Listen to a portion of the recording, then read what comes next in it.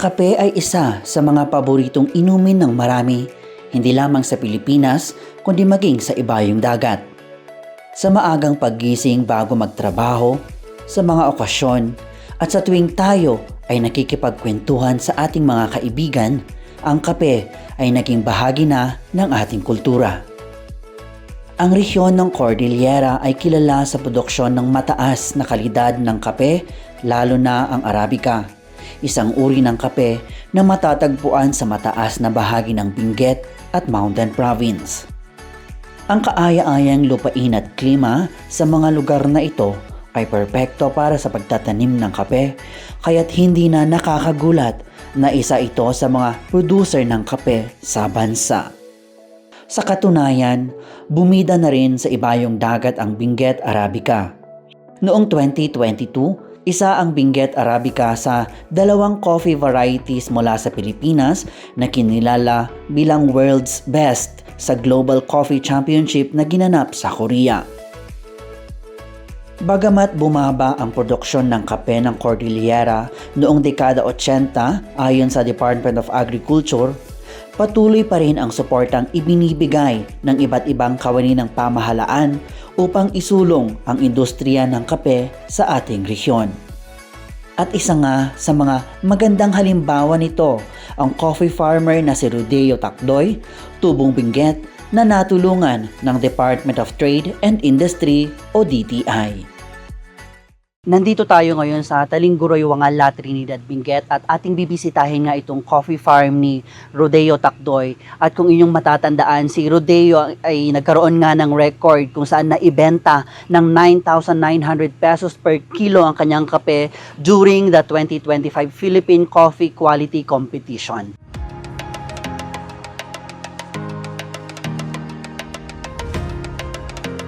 Ilang oras din ang aming binyahe mula sa sentro ng La Trinidad bago kami nakarating sa puok na ito. Dahil first time namin dito kung saan-saan na kami sumulpot. Pero pagkatapos ng ilang abante, atras at liko, narating din ng aming team ang coffee farm ni na Rodeo.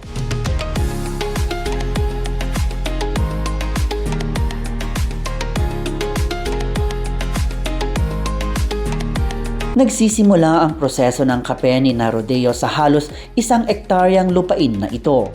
Dito nakatanim ang aabot sa 1,500 na puno ng kape.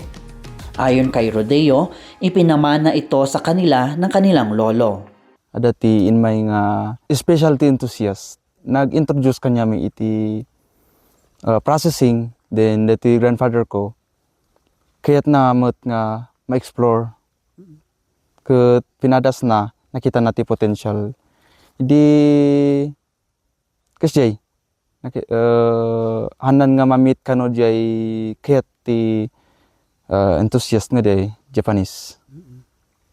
Sinadutan na ti processing. Then after that sinublat ni father ko. Ket ongoing so nagpa-process adak nga labor nagtatrabaho kanya na.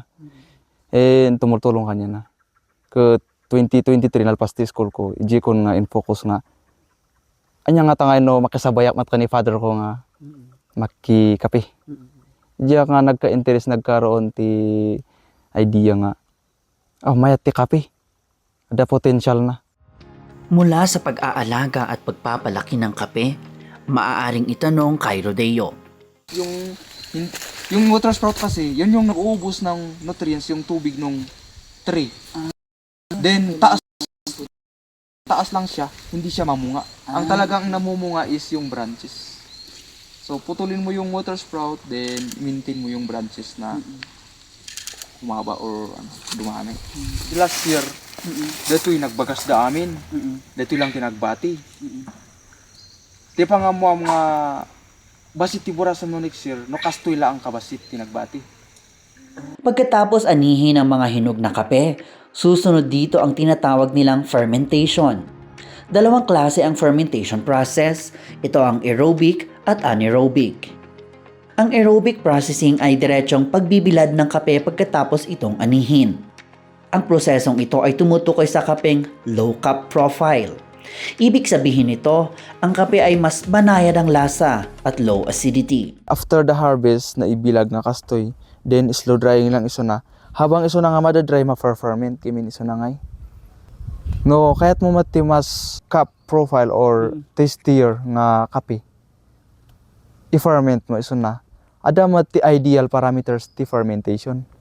The more mat nga na ferment iso na, agbalin iso na nga high acidity.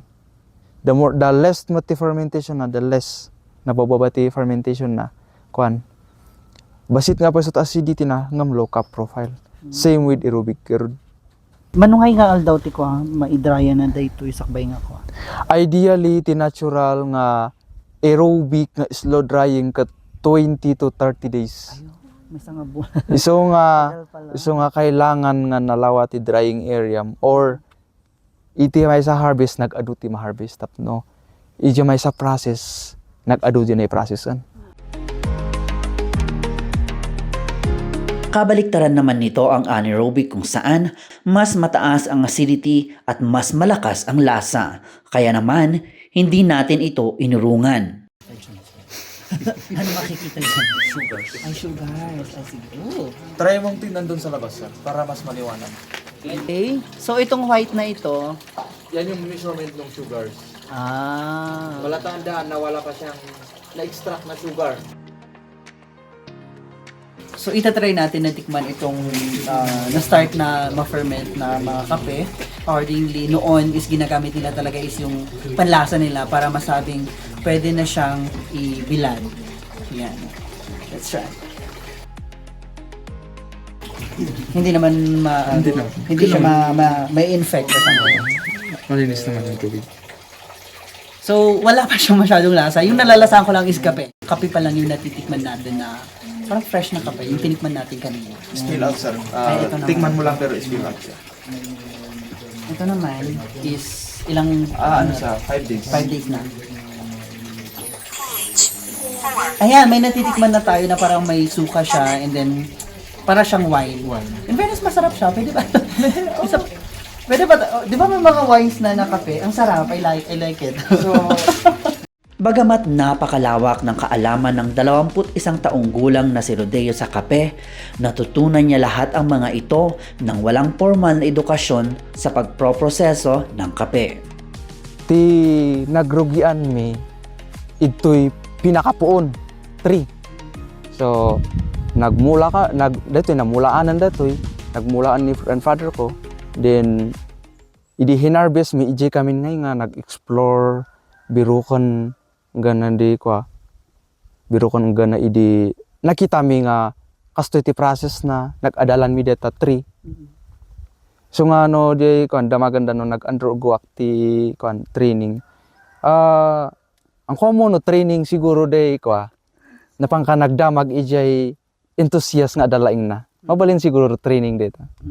Kasi nagdamag anya ti basics.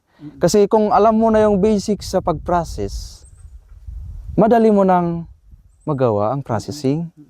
So, what are the ideal parameters para tapno kuan mayat ma-process mo nga mayat ti kape. Nagdamag-damagak inanusan anga ag kaslangay nga agpaspasyar iti kon kun ada nga bulakbol nga pasyar ay kwa di gathering ti knowledge. So nagdamdamag adamat dagiti coffee shops piman nga ada ti laing damat then nag-i-share damat piman. Lingid sa kaalaman ng lahat, hindi naging madali para kay Rodeo ang magsimula sa industriya ng kape. Bukod sa kakulangan sa mga kagamitan, kailangan niya ring matutunan ang lahat mula sa simula, sa pag-aaral sa tamang pagpapalaki ng kape hanggang sa pagproproseso nito. anya ti kasla nga challenges nga or problems nga may encounter yo ditoy panag process yo kada ditoy da kape panag imula yo kajay. From the start nga nagrugi kami, ti talaga nga pinaka challenges mi nga apay nga marigatan kami nga ag-produce. Number one is equipment. Number two is lack of knowledge. So, no awan til knowledge mo about processing gamin ket awan mo ma-perform usto jay processing na eh. They mat kiti challenges nga kwan. Pest and diseases adda nga adda ladta nga kwamat kitdi han unay nga dakkel nga destructive. From farm to cup, yan si Rodeo. First thing na alamin mo is ano yung elevation ng farm. Second is ano yung process. Third is ano yung roast. Para mai-ano mo no sa brewing. So, we have the elevation of 1 tree.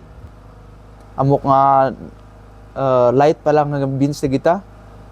1.5 up, dense na gitan. The process is anaerobic, karkaro man ng anaerobic. Pinakarkaro naman ng light. And numnas na flavor.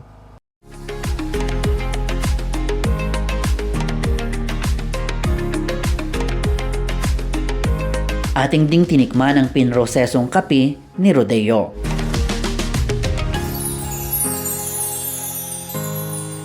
Very refreshing na kape. Sa akin ha.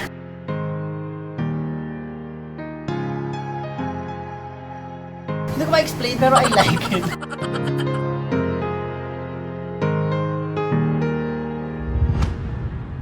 Ayon kay Rodeo, malaking tulong din ang mga programa ng DTI Cordillera.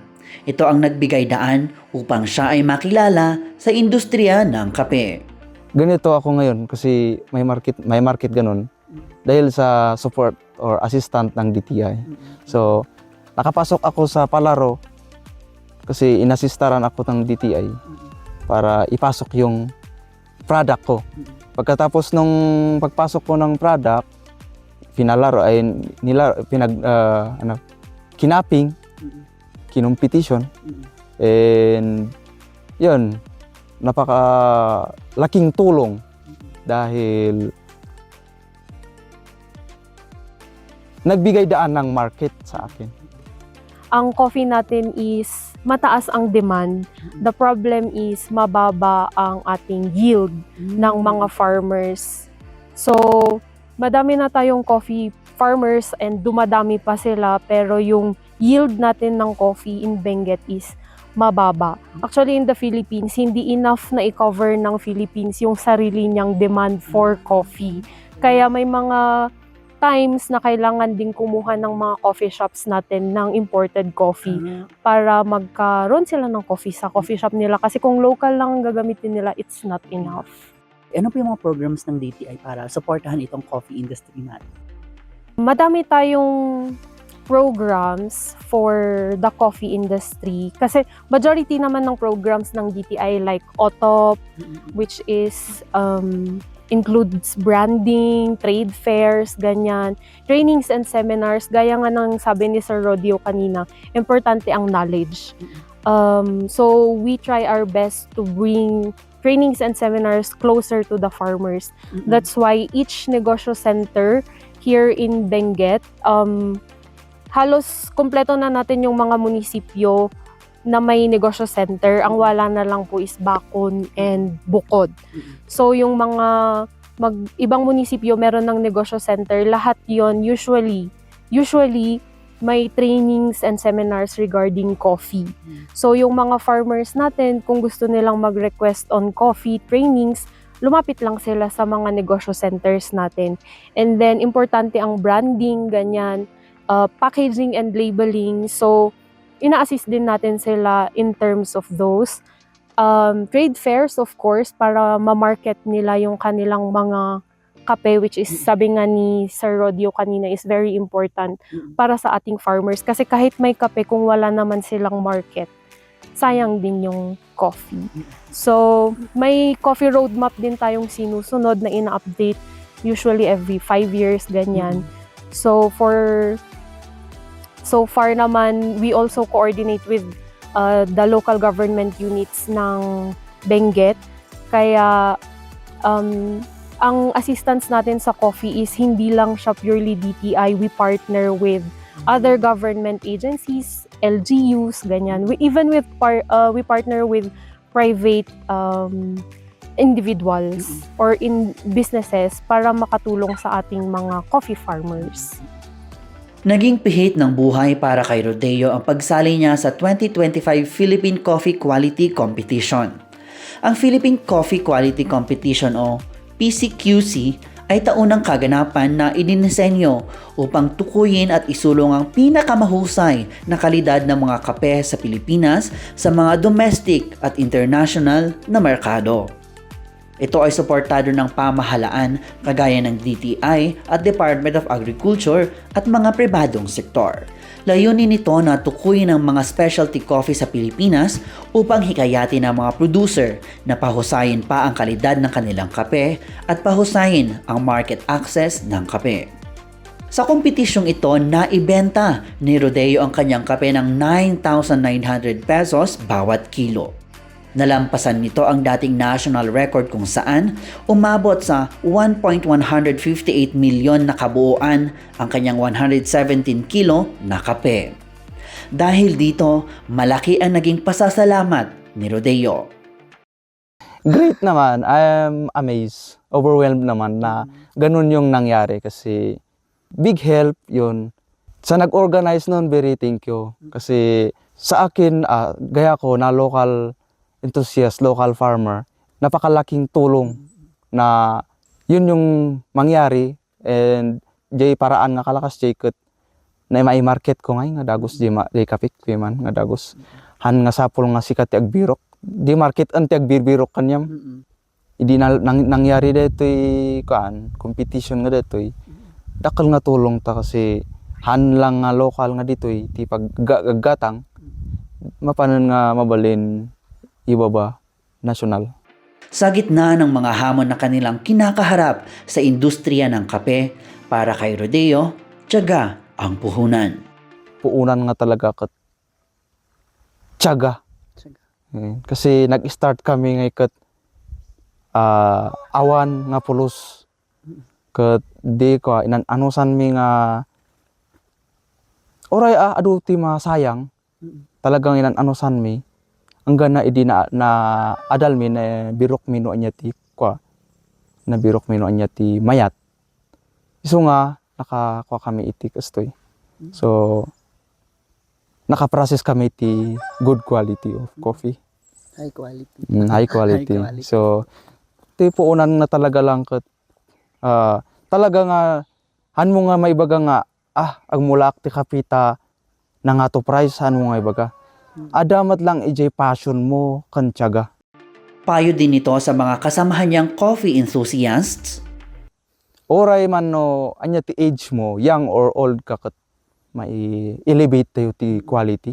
May takder tayo ti sarili tayo nga nagan or alaala nga datayo kat kaya tayo nga maka-produce ti good quality oray no local tayo. Kagaya ng kape na kailangan mo nang dumaan sa mahaba at mabusising proseso bago matikman ang malinamnam nitong lasa, ang tiyaga at dedikasyon ni Rodeo ay tunay ngang inspirasyon. Kaya naman, sa bawat alaalang ating ninanamnam habang humihigop ng mainit na kape, ating tatandaan na ang bawat butil nito ay may kaakibat na kwento kagaya lamang ng kay Rodeo.